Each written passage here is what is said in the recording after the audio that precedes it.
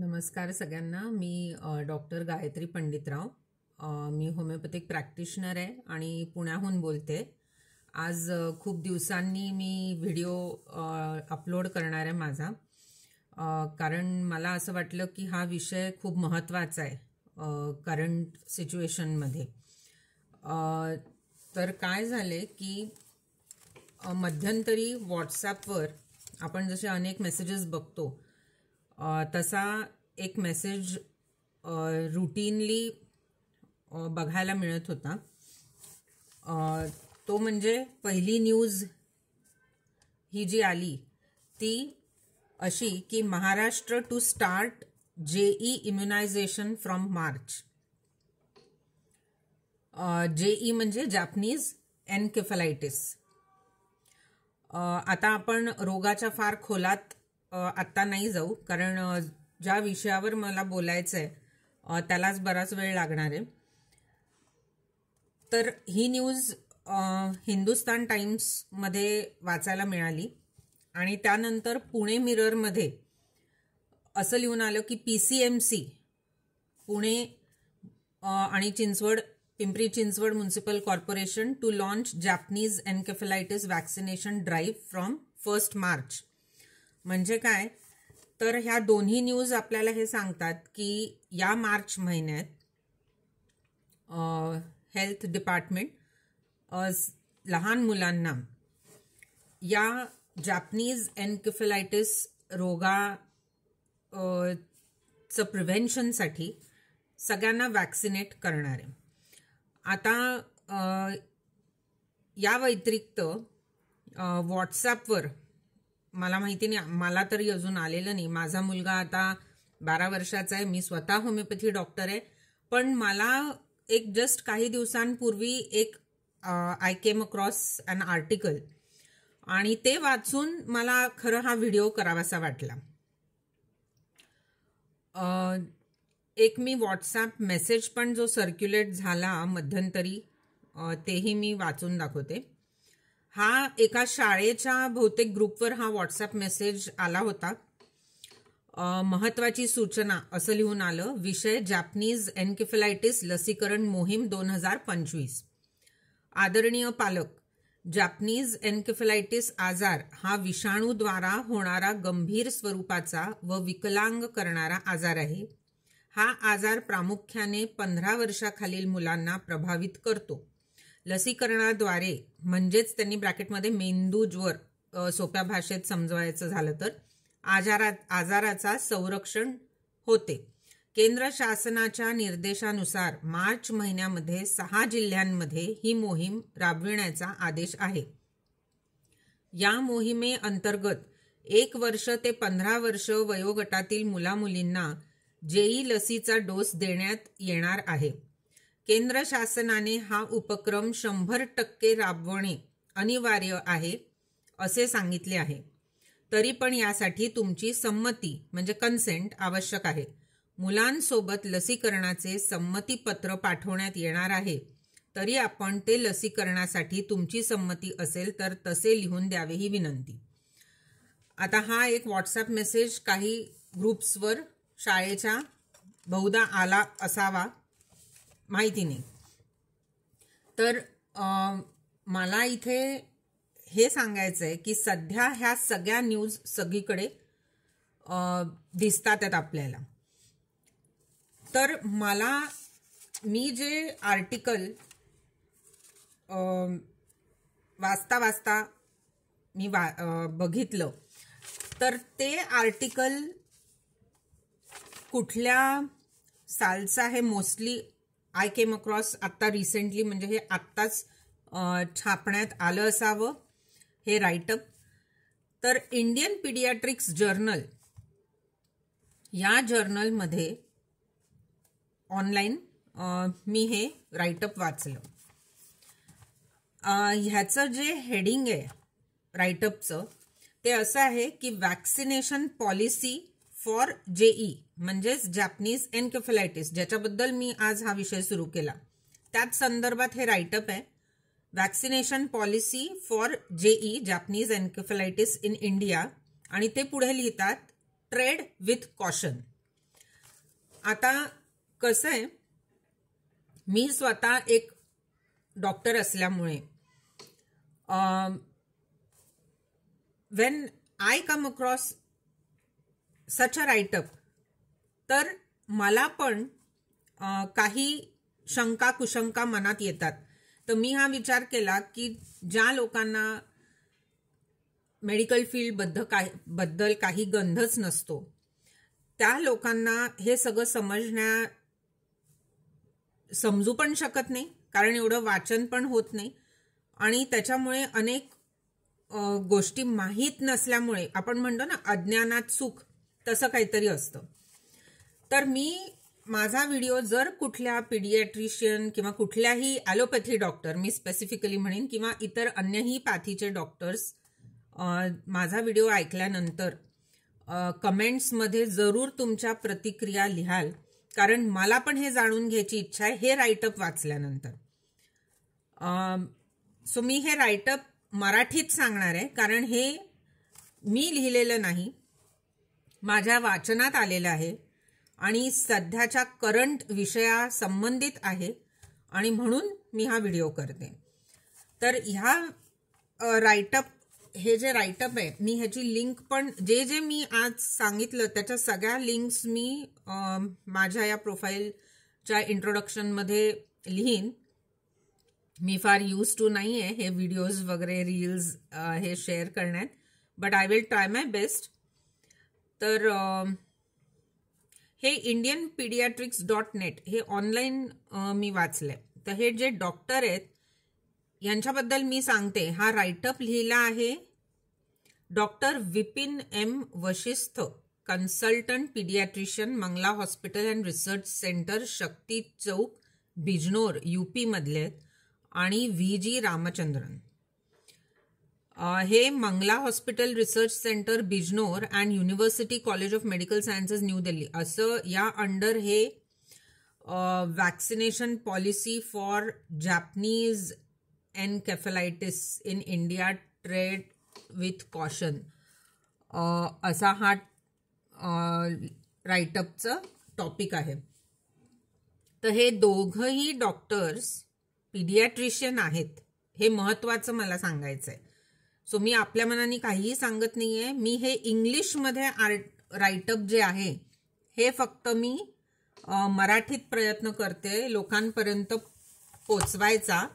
का तर कारण मला असं वाटतं हा गंभीर गोष्ट काही यांनी यामध्ये लिहिलेली आहे, आणि आपण सगळ्यांनी याबद्दल विचार करावा. नुसतंच डॉक्टर नाही, आज मी एक आई म्हणूनही बोलते आहे. सो ह्याच्यात महत्त्वाचे मुद्दे काय त्यांनी म्हटलेत की ह्या राईटअपमध्ये सगळ्यात हायलाईट करणारे मुद्दे असे आहेत की हे जे JE वॅक्सिनेशन प्रोग्राम आहे हा कितपत योग्य आहे, हे कंटिन्यू करायला पाहिजे का, हे अडल्ट वॅक्सिनेशन मध्ये काय प्रकार आहे ह्या JEचा, आणि ऑथेंटिक डेटा कसा नाही आहे आपल्याजवळ, अशा अनेक मुद्द्यांवर यांनी विचार मांडले आहेत या पीडियाट्रिक डॉक्टर्सनी. तर गंमत अशी आहे की मी आता थोडी ह्यांनी जे लिहिलेलं आहे ते मी तुम्हाला सांगते. मला हे माहिती नव्हतं फ्रँकली स्पीकिंग, कारण डॉक्टर जरी असलो आम्ही तरी प्रत्येक गोष्ट अगदी तंतोतंत अपडेटेड असतोच आम्ही असं नाही आहे. सो काही गोष्टी नव्याने कळत असतात. सो ह्या वॅक्सिनेशन बद्दल काय लिहिलंय त्यांनी की in India JE vaccination started in 2006 following large outbreaks in UP Bihar. म्हणजे काय की UP बिहारमध्ये 2006 साली ह्या रोगाचं पसरण झालं, त्याच्यामुळे इंडियामध्ये हे वॅक्सिनेशनची द्यायला सुरुवात केलेली आहे. आता कॅम्पेन्स पण घडवल्या गेल्या, हे मला देखील माहिती नव्हतं. वॅक्सिनेशन कॅम्पेन्स या JEच्याच अशा घडवल्या गेल्या की 11 हायेस्ट रिस्क डिस्ट्रिक्ट्स ज्या होत्या आपल्या देशातल्या 2006 साली, 27 डिस्ट्रिक्ट्स 2007 साली, 22 डिस्ट्रिक्ट्स 2008 साली आणि 30 डिस्ट्रिक्ट्स 2009 साली, या 4 वर्षांमध्ये म्हणजे 2006 ते 2009 इतक्या डिस्ट्रिक्ट्समध्ये हे वॅक्सिनेशन ऑलरेडी राबवण्यात आलेलं आहे. आणि ते 1 ते 15 वयोगटातील मुलांना सिंगल डोस असं म्हणून दिल्या गेलं.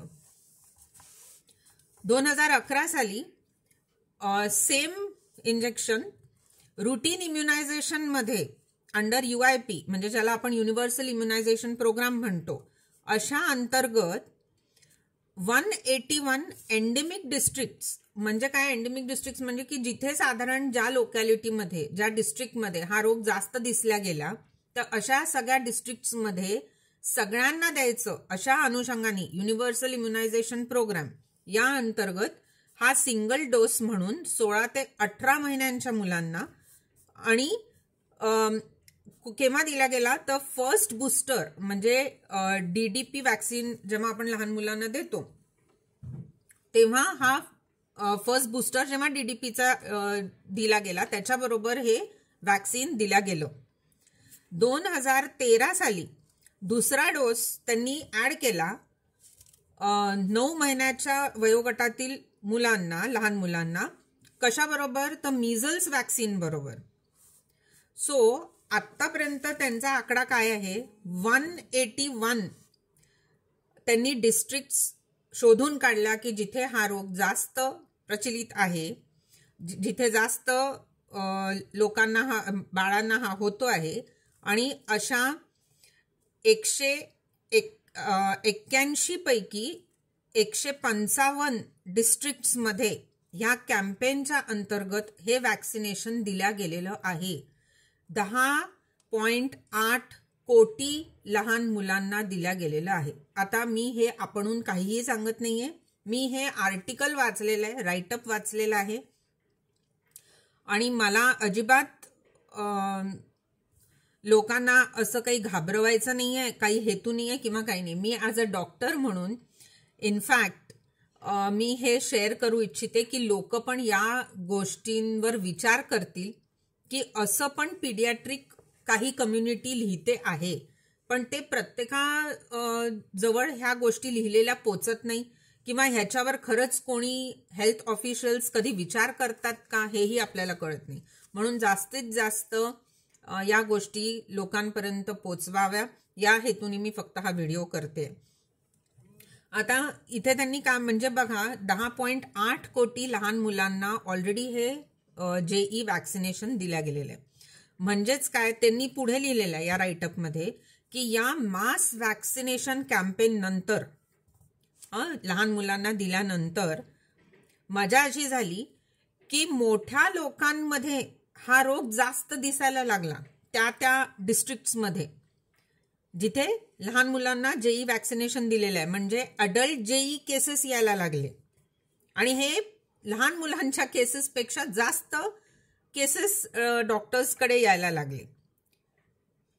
त्यांनी आसामचा उल्लेख याच्यात स्पेसिफिकली केलाय आणि त्याच्यामुळे आसाम गव्हर्नमेंटनी स्पेशल कॅम्पेन घडवली की 15 वयाच्या मुलांच्या वरच्या एज ग्रुपमध्ये म्हणजे अडल्ट्समध्ये पण आसामच्या काही डिस्ट्रिक्ट्समध्ये हे मोठ्या लोकांना पण दिल्या गेलं JE वॅक्सिनेशन. आता त्यांचा प्रश्न आहे की हे एज ग्रुपमध्ये शिफ्ट का, लहान मुलांसाठी होतं तर मग आता मोठ्यांना द्यायची का वेळ आली, हा एक त्यांनी प्रश्न मांडला या राईटअपमध्ये. आता पुढे ते काय लिहितात की 2014 साली गव्हर्नमेंट ऑफ इंडियाने 4 नवीन वॅक्सिन्स काढले. त्याच्यात हे JE जापनीज एन्केफेलायटिस वॅक्सिन पण त्यांनी इंट्रोड्यूस केलं नॅशनल इम्युनायझेशन प्रोग्राममध्ये.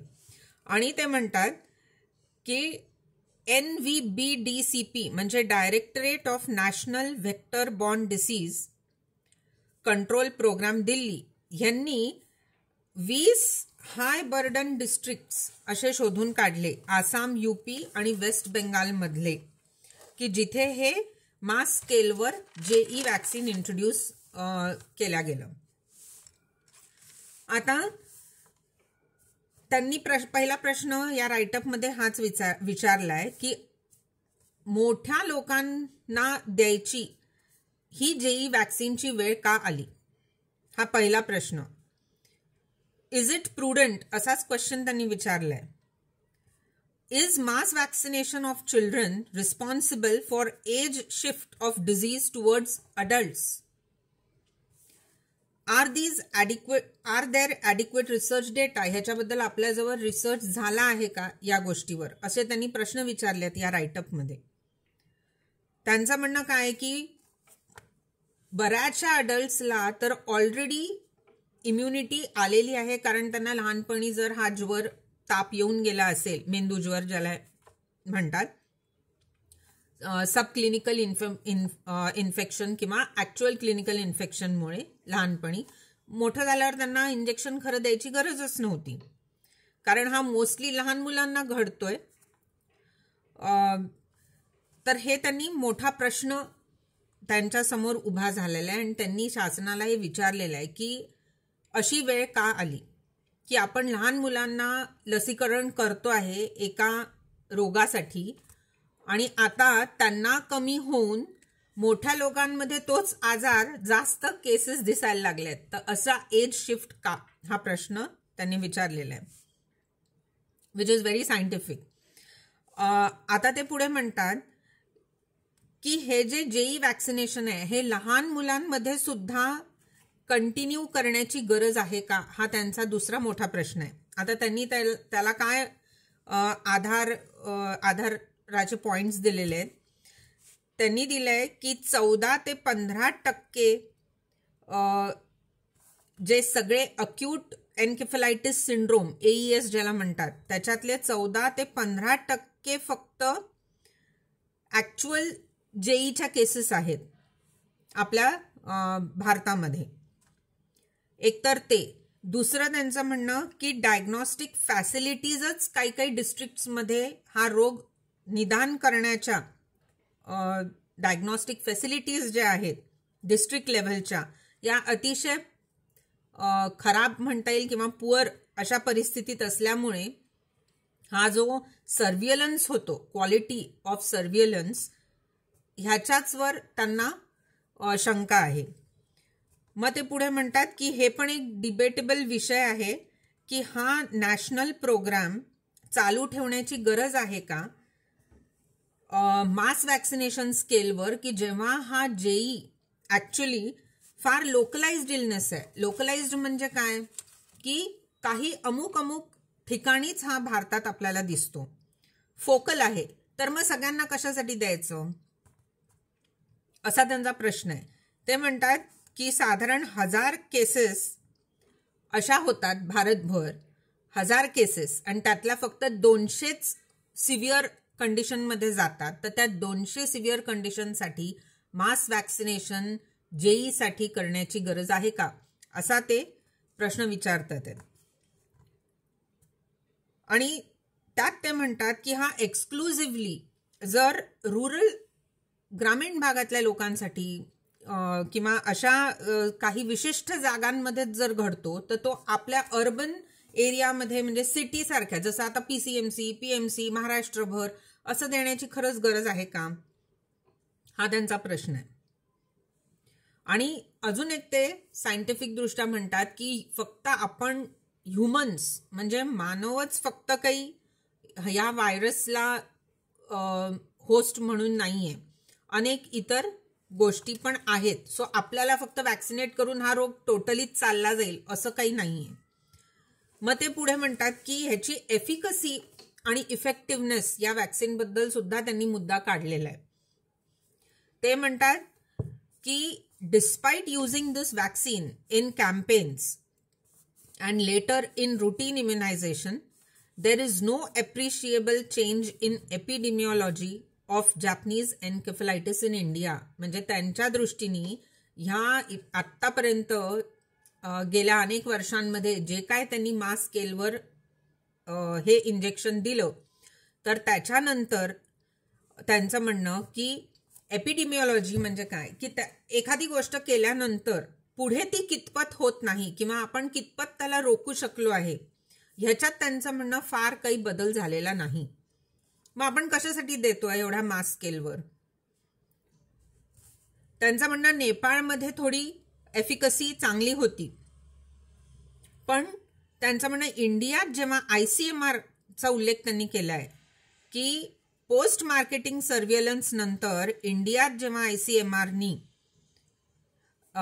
हे सर्व्हेलन्स केला तर त्यांनी दिलाय की efficacy of vaccine in India was not high as that of Nepal. म्हणजे नेपाळमध्ये जितकं त्यांना ह्याचा इफेक्ट जाणवला वॅक्सिनचा तितका आपल्या इंडियात जाणवला नाही. Preliminary results of another case control study carried out by ICMR vaccine efficacy उत्तर प्रदेशमध्ये तर 60% आहे आणि आसाममध्ये 70% आहे. सो रेकमेंडेड इम्पॅक्ट ऑफ, आणि परत त्यांचा हा प्रश्न आहे की सिंगल डोस की खरंच 2 डोसची गरज आहे, हे पण शंकाच आहे या गोष्टीवर.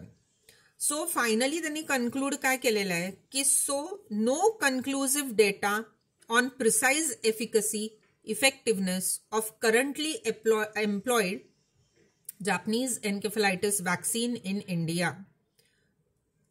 Thorough reappraisal of policy is urgently warranted. हे त्यांनी म्हटलेलं आहे त्यांच्या राईटअपच्या एंडला.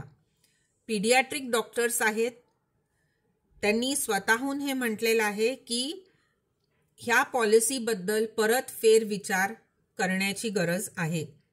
Public health efforts should not focus on vaccination alone, असंही ते म्हणतात. आपल्याला आपल्या सगळ्यांच्या समोर एक खूप मोठं उदाहरण आहे आणि याच्याही आधी मी बरेचसे व्हिडिओज कोविड वॅक्सिनबद्दल पण बनवलेले आहेत की हे जे मास वॅक्सिनेशनचं फॅड निघालंय, मी फॅडच म्हणेन, की अमुक वॅक्सिन फार्मास्युटिकल कंपनीनी काढलं की ते सगळ्यांना देत सुटायचं. मग ह्याच्यात मध्यंतरी आपण सगळ्यांनी बघितलं की HPV वॅक्सिन बद्दल फार सुरू होतं, ह्युमन पॅपिलोमा व्हायरस. म्हणजे काय, आता ऍक्ट्रेस आणि हे लोक काय करतात, मला ह्याबद्दल खूप सिरियसली एक गोष्ट सांगावीशी वाटते आणि किती जणांना मी जे म्हणते ते पटतं त्यांनी जरूर मला सांगावं की ऍक्ट्रेसेस ऍक्टर्सची मदत घेऊन हे मेडिकल रिलेटेड गोष्टी सांगण्यासारखं काय आहे हे मला अजूनही कळलेलं नाहीये. एक तर या लोकांना याबद्दल काहीही फारशी माहिती नसते, त्यांना फक्त काय म्हणायचंय तुम्हाला हे सांगून दिलं जातं. उद्या जर मी या शिल्पा शेट्टीला किंवा या जान्हवी कपूरला समोर बसून जर 10 प्रश्न या HPV रिलेटेड विचारले तर त्याचं ते उत्तर देऊ शकतील का? मग अर्धवट ज्या आपल्याला जे ज्ञान आहे ते लोकांसमोर मांडण्याचा एक तर ह्या लोकांना हक्क नाहीये. मी हे का म्हणते, कारण अनेक आपल्या सोसायटीत असे यंग मुलं मुली आहेत, लोक आहेत की जे खूप फॅन फॉलोईंग वर आधारित असतं त्यांचं पूर्ण आयुष्य. सो मी असं म्हणत नाही की तुम्ही हे करू नये, पण माझं म्हणणं की इतकी विचार शक्ती माणसामध्ये पाहिजे की मी कोणाला फॉलो केलं पाहिजे आणि कोणाला नाही, किंवा कोणाचा विचार आपण त्या विचारांवर आपण पण विचार करण्याची गरज असते. आज मी काहीतरी विचार मांडते म्हणजे तुम्ही माझं ऐकून तेच ब्रीदवाक्य समजावं असं माझा अजिबात हेतू नाहीये. माझा हेतू, माझं म्हणण्याचं उद्देश हा आहे की कुठलीही गोष्ट आपण जेव्हा सोशल मीडियावर ऐकतो किंवा वाचतो तर त्याबद्दल स्वतःचा विचार एक होण्याची गरज असते की आपण हे वाचतोय तर ह्याच्याबद्दल अजून आपण 10 गोष्टी वाचाव्या म्हणजे आपल्याला खरं काय ते कळेल. सो शिल्पा शेट्टी किंवा जान्हवी कपूर जेव्हा म्हणते की HPV वॅक्सिन सगळ्यांनी घ्यावं, याचा अर्थ लोक जाऊन म्हणतात की अरे वा तिने सांगितलं म्हणजे आपण घ्यायला पाहिजे. पण मी जर होमिओपॅथी डॉक्टर म्हणून जर मला काही शंका असतील आणि मी जर त्यांना समजवायचा प्रयत्न केला लोकांना किंवा मुलींना की खरंच HPV वॅक्सिनची सगळ्यांना उठसूट देण्याची गरज आहे का खरंच इतक्या लहान वयात, की जो सर्व्हायकल कॅन्सरची भीती अनुशासन आपल्याला दाखवतं की जो 50-60 नंतर होऊ शकतो, हे प्रॉबॅबिलिटी आहे. पण तरीही ते असं म्हणतात की तो जे कोणाला एखाद्याला लाखोपैकी एखाद्याला होणार आहे की नाही हेही माहिती नाही, पण त्या भीतीसाठी 15व्या वयाच्या मुलीला HPV वॅक्सिन देण्यासारखं काय आहे हे मला ॲज अ डॉक्टर म्हणून देखील माझ्याजवळ उत्तर नाही आहे. मग दुसरं HPV नंतर आलं मध्यंतरी आता रिसेंट म्हणजे तर गुलियन बारे सिंड्रोम. आता ह्याची एक गंमत अशी आहे, मध्ये एक 3-4 दिवसापूर्वी परत एक न्यूज क्लिपिंग मी ऐकलं. काय ऐकलं ते म्हणाले, मेडिकल डायलॉग्स जर्नलमध्ये, ऑनलाईन मी वाचलं, हे 26 फेब्रुवारीला हे छापण्यात आलेली न्यूज आहे. तुम्ही लोकांनी पण कोणी वाचलं असेल हे, की इन्क्लूड गुलियन बारे syndrome as rare adverse effect of Covishield vaccine. आता तुम्ही सांगा मला की कोविड 2020 साली जेव्हा आला, त्याला किती वर्ष होऊन गेले. आता हेल्थ डिपार्टमेंटच्या जे काय त्यांच्या गेले 3-4 वर्षाचे स्टडी त्यांनी केले किंवा अजूनही सुरू असतील, आता ते म्हणतात आहेत की गुलियन बारे सिंड्रोम तुम्ही ॲडवर्स इफेक्ट आहे कोविड वॅक्सिनचा असं सिरम इन्स्टिट्यूटला त्यांनी सांगितलं की तुम्ही तुमच्या पोर्टलवर ॲड करा की हो, GBS पण एक वॅक्सिनमुळे होऊ शकणारा आजार आहे. मग आता माझा प्रश्न हा आहे की पुणे तर एवढं फोकल सेंटर होतं, गेले महिनाभर जे चाललेले आहेत पुण्याभर केसेस GBSच्या. मी ट्विटर हँडलवर पण अनेक माझ्या शंका कुशंका किंवा माझे विचार मांडले. मला तेच म्हणायचंय की अजूनपर्यंत सुद्धा कशामुळे हे GBS केसेस एवढे क्लस्टरमध्ये पुण्यात झाले हे आपल्याला अजूनही कळलं नाही. पाण्यामुळे झालं, फूडमुळे झालं, पाणीपुरीमुळे झालं, अमुकमुळे झालं, इथपर्यंत की पॉलिटिकल त्याला बेंड मिळाला. कोणी म्हणालं की अंडरकुक चिकनमुळे झालं. म्हणजे मला म्हणायचं हे आहे की हे जे सगळ्या गोष्टी घडतात, आता फॉर एक्झाम्पल या सिरम इन्स्टिट्यूटला जसं हेल्थ ॲडवायझरी ग्रुपनी सांगितलं की तुम्ही अमुक साईड इफेक्ट होतो हे तुम्ही ॲड करा. मग माझा प्रश्न हा आहे की तुम्ही 4 वर्षांनी सांगितलं ना त्यांना ॲड करायला, पण 4 वर्षामध्ये ज्यांना कोणाला वॅक्सिनमुळे सपोज GBS झाला असेल, मग त्यांनी काय करायचं, किंवा हे आपल्याला होऊ शकतं हे जर माहितीच नव्हतं लोकांना, तर ते अज्ञानात सुख म्हणून त्यांनी कोविड वॅक्सिन्स घेतले.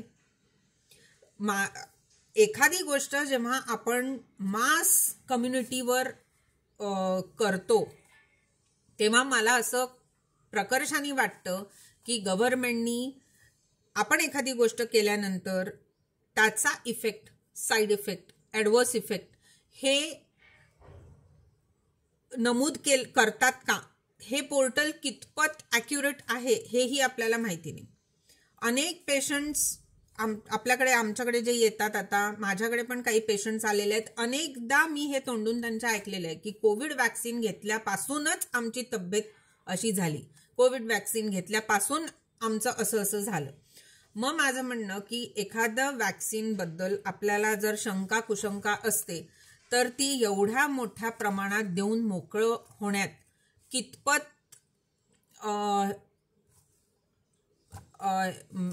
कितपत योग्य आहे हे मला खरंच माहिती नाही. सो मला हा मुद्दा तुमच्यासमोर एवढ्याचसाठी मांडायचा होता. मी वॅक्सिनेशन विरोधी अजिबात नाही, हेही मी तुम्हाला सांगते, कारण माझा मुलगा लहान आहे. मी त्याला स्वतःला जे बेसिक वॅक्सिनेशन असतात पहिले 3-4 वर्ष आपण देतो ते दिलेले आहेत. नो डाऊट मला हे माहिती असून दिलेले आहेत की काही केसेसमध्ये वॅक्सिनचे साईड इफेक्ट्स आपल्याला दिसतात, अगदी बेसिक वॅक्सिन्सचे सुद्धा दिसतात, नो डाऊट. पण आपण काही गोष्टी आई म्हणून आपण करतो, भीतीपायी करतो. पण मला असं वाटतं की जे टाइम टेस्टेड वॅक्सिन्स आहे ॲटलिस्ट त्याचं आपल्याला काहीतरी माहिती आहे. पण हे जे नवीन गोष्टी होऊन राहिलेल्या आहेत, आता हा जापनीज एन्केफेलायटिस सुद्धा माझ्या मुलाच्या पीडियाट्रिशियननी आम्हाला सांगितलं होतं की तुम्हाला द्यायचं असेल तर द्या, कंपल्शन काही नाही आहे. तर आम्ही दिलं नाही आहे. सो आता हे जर म्हणतात आहेत की आम्ही सगळ्या महाराष्ट्रभर लहान मुलांना देणार आहे, आणि जेव्हा मी असं हे राईटअप वाचते की जे पीडियाट्रिक डॉक्टर्सनीच लिहिलेलं आहे आणि त्यांनीच स्वतः काही मुद्दे उठवले आहेत या जॅपनीज एन्केफेलायटिस वॅक्सिनबद्दल आणि मास वॅक्सिनेशनबद्दल, तर मी हेल्थ ऑफिशियल्सला आणि सगळ्या डॉक्टर्सला की जे कोण हे व्हिडिओ बघेल किंवा नॉर्मल पालकांना सुद्धा मी म्हणेन की ह्याच्यावर विचार केला गेला पाहिजे. आणि आपण ही जी प्रथा सुरू केलेली आहे मास वॅक्सिनेशनची, ह्याच्यावर अतिशय गंभीरपणे विचार करायला पाहिजे. कारण ह्याचे दुष्परिणाम काय होतात हे आपल्याला तेव्हाच्या तेव्हा कळतातच असं नाही आहे, त्याच्यानंतर पण कळतात. आणि प्रत्येक गोष्ट आजकाल मला पण असं वाटतं, जसं या डॉक्टर्सनी एंड केलं की प्रत्येक गोष्ट प्रिव्हेन्शनच्या नावाखाली फक्त वॅक्सिनच हेच एक काही या जगात उरलेली गोष्ट आहे असं नाही आहे. सगळ्या पॅथीजमध्ये आयुर्वेद असो, होमिओपॅथी असो, नॅचरोपॅथी असो, युनानी असो, ॲलोपॅथी सुद्धा मी म्हणते की प्रत्येक पॅथीमध्ये औषधोपचार हा प्रथम व्हायला पाहिजे. आणि कुठल्याही प्रॉबॅबिलिटीच्या बेसिसवर सगळ्यांना सरसकट एखादं वॅक्सिन देण्याआधी ऑफिशियल्सनी नक्की या गोष्टींचा विचार करावा before including it in to universal immunisation programme, असं मला खूप वाटतं. तर हे जे काय आर्टिकल आहे, राईटअप आहे इंडियन पीडियाट्रिक्स जर्नलमधलं मी वाचलेलं ऑनलाईन, हे लिंक्स आणि काही लिंक्स मी खाली शेअर करते. आणि प्लीज हे व्हिडिओ ऐकल्यानंतर तुम्हाला काय वाटतं as a doctor, as a parent म्हणून तुम्ही जरूर कमेंट कराल. Thanks a lot.